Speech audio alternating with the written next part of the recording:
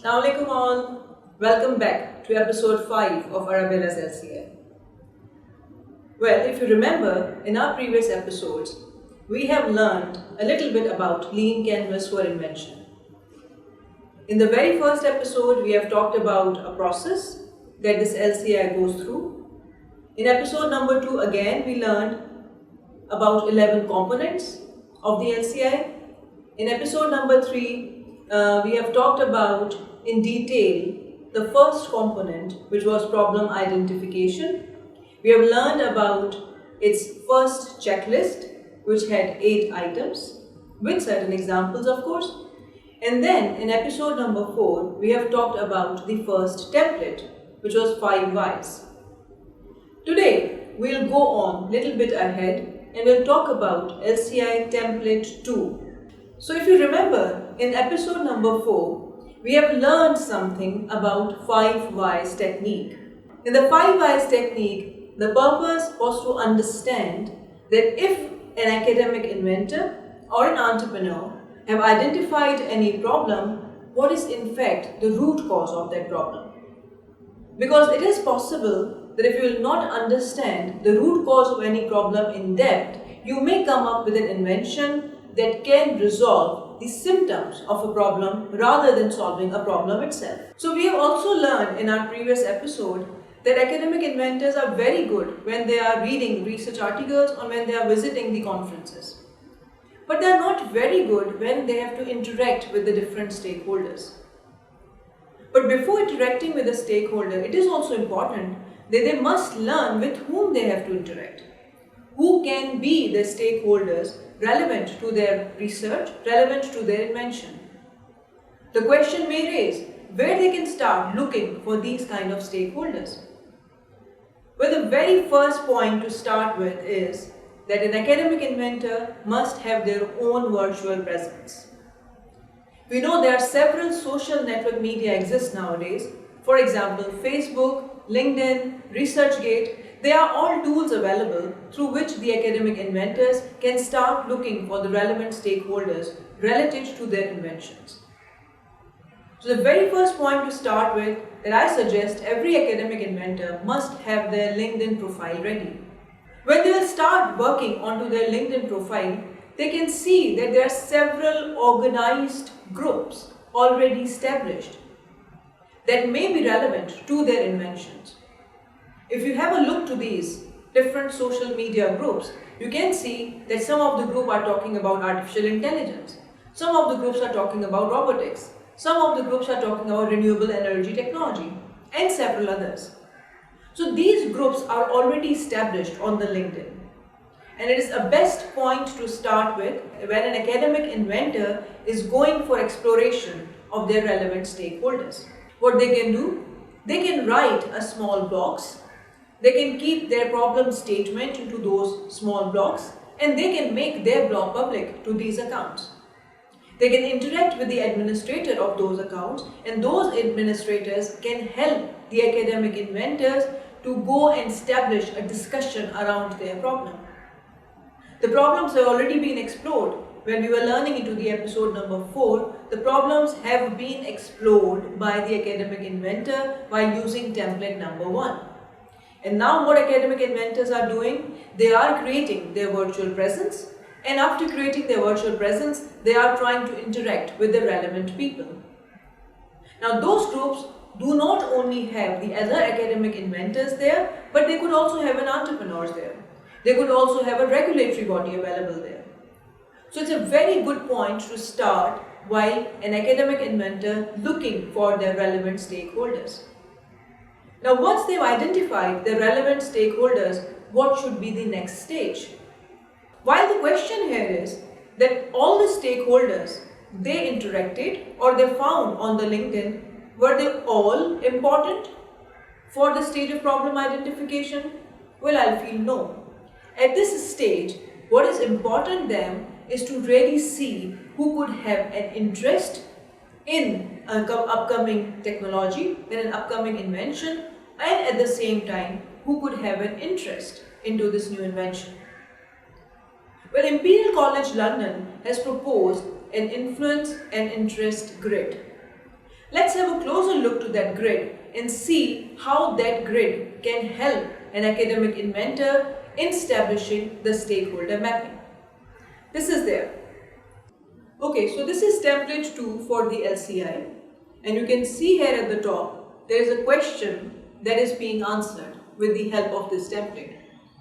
This question asks what role stakeholders, that may include end users, industrial experts, inventors, collaborators, policymakers, federal or any other provincial organization who can perform in identifying the real-world practical problem. But of course, as I mentioned earlier, that before interacting with these stakeholders, we need to identify who are the stakeholders and how important they are for us. So as you can see that it has 4 quadrants, and in these 4 quadrants, the first top right quadrant talks about those stakeholders who will have high interest and high influence in the upcoming invention by academic inventors or entrepreneurs. Who can be those who have high interest at the same time high influence? Well, let's talk about the vaccination example in Pakistan. Very recently, the Prime Minister of Pakistan wanted everyone to be vaccinated. So as a regulator, what they have done, they have said if people will not go for vaccination, their cell phone SIMs will be terminated. So this is the box where high influence are the government organization who make it mandatory for people to go through the administration of that vaccine, and high interest people are those who get vaccinated after getting that regulation. The lower right box of this stakeholder mapping are those who have low interest and high influence. The high influence, again we can see, are those people who may have regulatory authorities or have control on certain standards.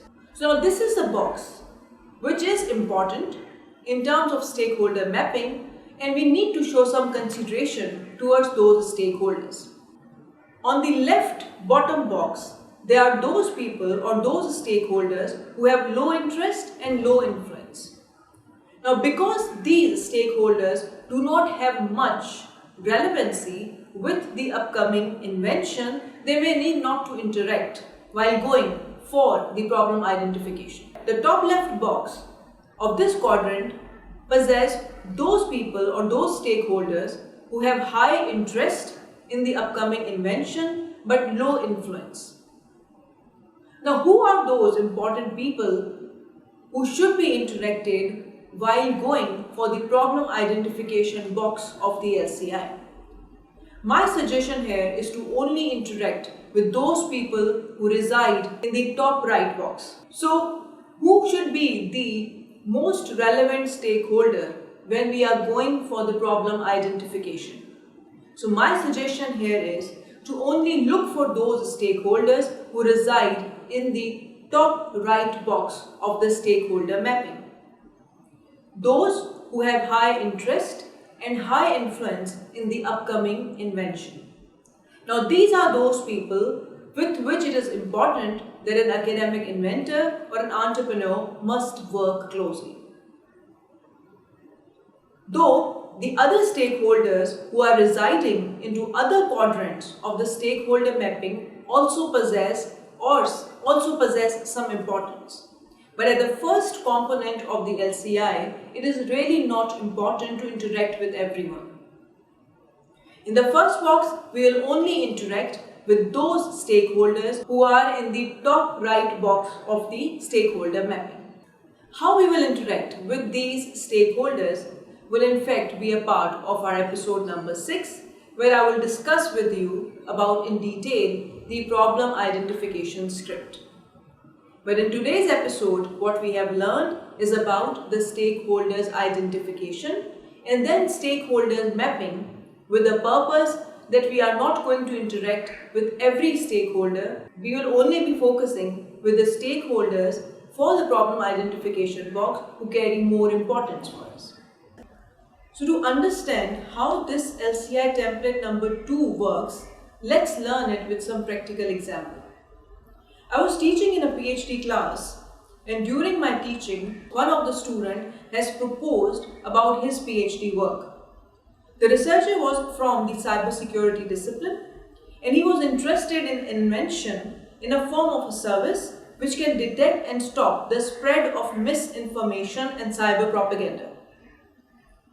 The focus of his research was towards an invention to be developed for government through which various cybersecurity strategies may be adopted. For example, demystifying the false stories, imposing regulations, and penalizing the culprits.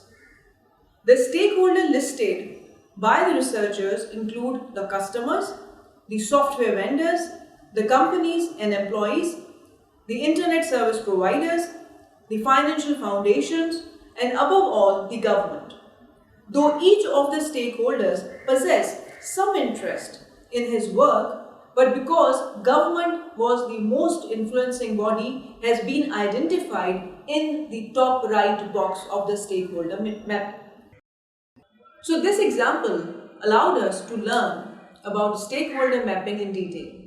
I will finish today with this stakeholder mapping, but in the episode number 6, I will discuss with you that after the stakeholder mapping is done, how an academic inventor can start interacting with those stakeholders, what questions they can discuss, and how they can allow the stakeholders to come up with some information that is very important for an academic inventor for the problem identification. So we will be discussing about problem script identification in our episode number 6. By the time, I would like to say thank you and stay safe.